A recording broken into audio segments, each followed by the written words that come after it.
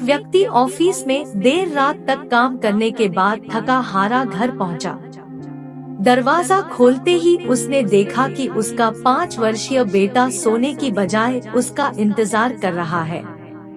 अंदर घुसते ही बेटे ने पूछा, पापा क्या मैं आपसे एक बात पूछ सकता हूँ?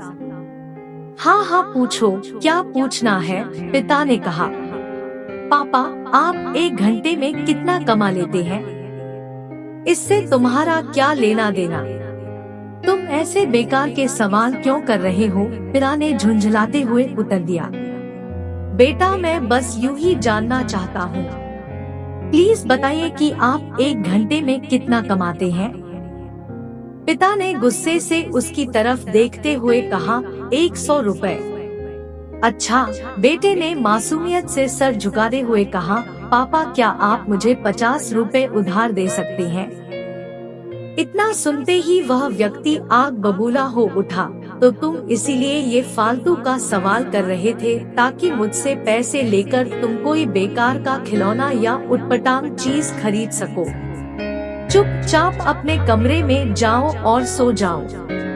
सोचो तुम कितने सेल्फिश हो। मैं दिन रात मेहनत करके पैसे कमाता हूँ और तुम उसे बेकार की चीजों में बर्बाद करना चाहते हो।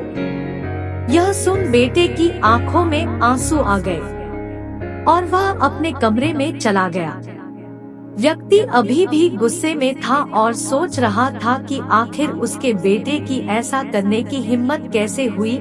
पर 1 आध घंटा बीतने के बाद वह थोड़ा शांत हुआ और सोचने लगा कि हो सकता है कि उसके बेटे ने सच में किसी जरूरी काम के लिए पैसे मांगे हो, क्योंकि आज से पहले उसने कभी इस तरह से पैसे नहीं मांगे थे।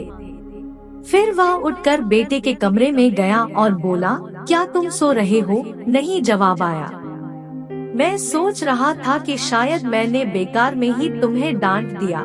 दरअसल दिन भर के काम से मैं बहुत थक गया था। व्यक्ति ने कहा, मुझे माफ कर दो। ये लो अपने 50 रुपए। ऐसा कहते हुए उसने अपने बेटे के हाथ में 50 की नोट रख दी। थैंक यू पापा, बेटा खुशी से पैसे लेते हुए कहा और फिर वह तेजी से उठकर अपनी अलमारी की तरफ गया।